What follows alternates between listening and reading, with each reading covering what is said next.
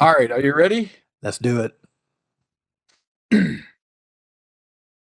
Welcome back to season 2 of Greatest Lists, a music and talk podcast. I think you just hit your microphone. Did I? I heard it click. Oh, let's try that Let me again. just start that over again. Yep.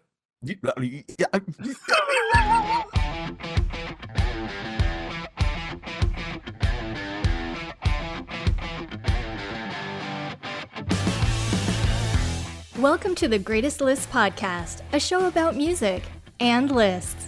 This season, your hosts Jason and Eric are counting down the top 25 guitar solos of the 80s and the top 25 guitar solos of the 90s. Think your favorite made the list? Tune in and find out. Take it away, boys. Welcome back to season 2 of Greatest Lists, a music and talk podcast featuring lists of the greatest songs of all time. I am Jason, your host for this episode, and joining me, as always, my co-host Eric. What's going on, man? Oh man, I'm feeling a little sick. I'm thinking maybe I need some new medicine. All right, that's just cheesy. Oh, yeah, my yeah. God. No, oh gosh, I'm just so excited to be here. We're in the 80s, my Yes. home base, I guess you would say, and The sweet counting spot. down. Yeah, sweet spot. Counting down our favorite guitar solos. We are continuing now. Oh gosh, maybe I should have put this higher up the list, but I'm excited. I put it in. I'm excited.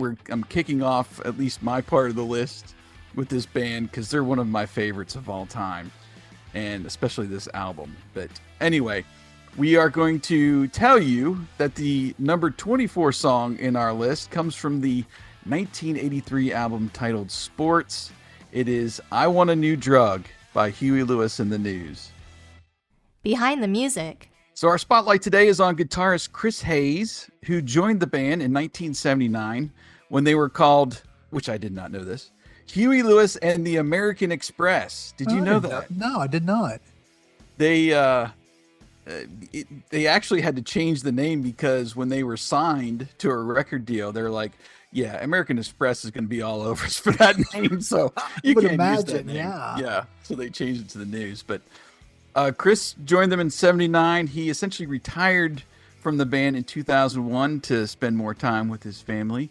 And most of the information I have here, or actually pretty much all of it, is from an excellent article in Guitar World magazine back from May earlier this year. And I'm just figured, hey, why not tell Chris's story from his own words? So Nice. he says, in his own words, I got really lucky.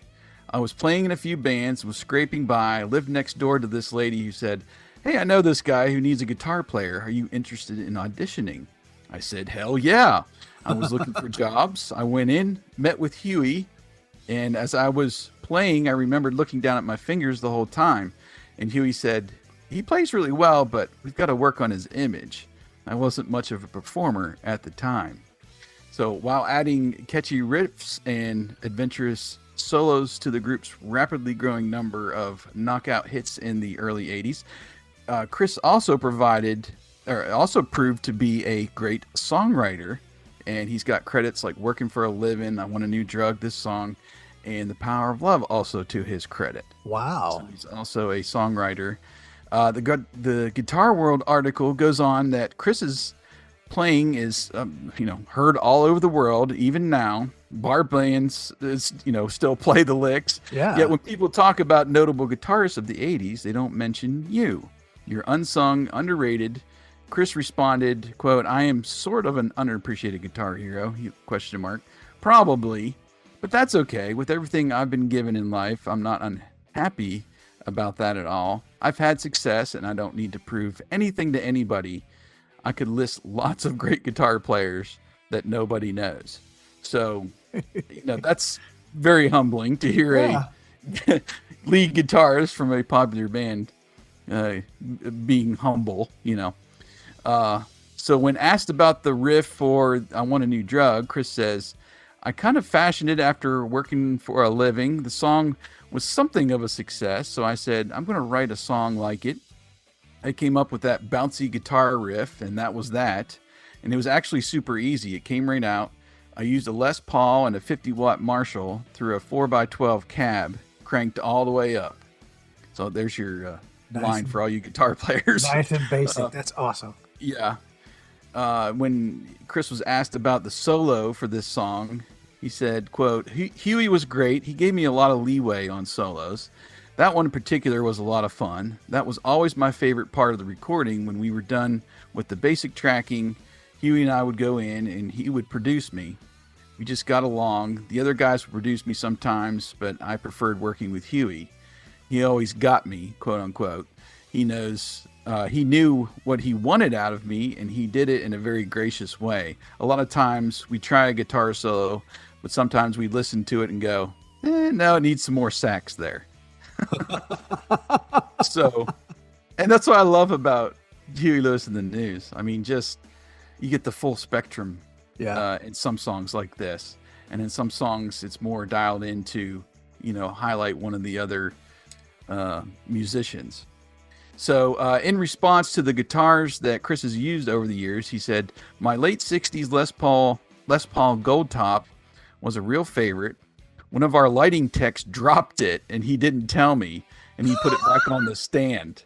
And when I went to grab it, the neck just snapped. And I was like, what the hell? I needed a new guitar, so I bought a 68 black Les Paul Custom. I used a bunch of guitars. My rhythms were mainly done with Strats because they have that tight sound that fits in the mix. I didn't use Les Pauls for rhythms because they have a mid-range that can take over a mix. For solos, that's fine, but not for rhythm tracks. Also, for the solo for The Power of Love, I used a 57 Strat, and that came out great. So that's a little bit behind Chris and his career, and of course this song and how that came together as well. Nice. Let's get personal. So Huey Lewis and the News is the epitome of an American rock and roll band to me. And sadly, probably will never be another similar group that will achieve that kind of mainstream success.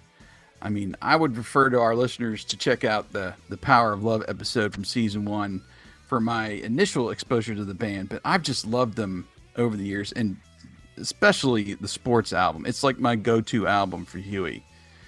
I had the cassette, and it was probably in a Columbia House deal. I can't remember, but I just wore it out. Yeah, I wore it out in my first car. Yeah. And I was lucky because my car had auto reverse in it, so I didn't have to flip the tape. And this album, I just remember popping in, not a bad song on it, and just let it go back and forth. Very true. I think I mentioned I saw them back in 1995 at our local county fair in PA, and one of my favorite concerts that I've ever been to in my life. And Huey always did this, I think, with the Heart of Rock and Roll, where he mentions the city. You get all those cities at the end, and he mentions the city where they're playing at. So when we heard Clearfield, we all went crazy. But my favorite song of the night was "I Want a New Drug," because they get to that kind of middle section there where the solo is. Huey walks off stage. Chris comes out, takes the solo. Chris walks off, and then the sax and the horn players come in. They do their thing. They walk off. The bass does this little funky little jam. And he walks off until the drummer's left, and the drummer does the drum solo and ends the song. It was incredible. I mean, just showcasing the talents of every single musician on stage in a very fun way, where they just leave, and you're left with just a little bit less until you just hit the drums. And man, I went crazy over that. So that's a really fun memory. And every time I think of this song or hear this song, I think of that time when I saw him there at the county fair. But nice. You mentioned, I don't know if you mentioned during the show or before we got on, that you saw them pretty early on. Yeah, I saw them when I was 16. I don't know what that wouldn't have been for sport. That'd have been for the next one, 4, I think. Yes. Yeah. So great show and concert. They were, of course, that was, they were right in their prime. And this album, Sport, is what I like. I'm identify with it more because I remember those videos being some of the first videos I ever saw. Not even on MTV, but I remember seeing this video on cable access video shows. The breakdown. All right, so before we get into the breakdown, just make sure you listen to the album version because there are radio and single edits out True. there that cut out part of the solo, and it's a travesty. Let me tell you. So I think the full album version is like 4 minutes and 45 seconds, something like that. Anyway, for the solo, I love these guys so much, and just when we are focusing on the solo, I love how the keyboards and horns and guitar kind of feed off of each other, especially how the horns set up the solo. And then this is one of the longer ones, I think, for their catalog. It's right at a minute of that whole song. I mean, it's a pretty long solo.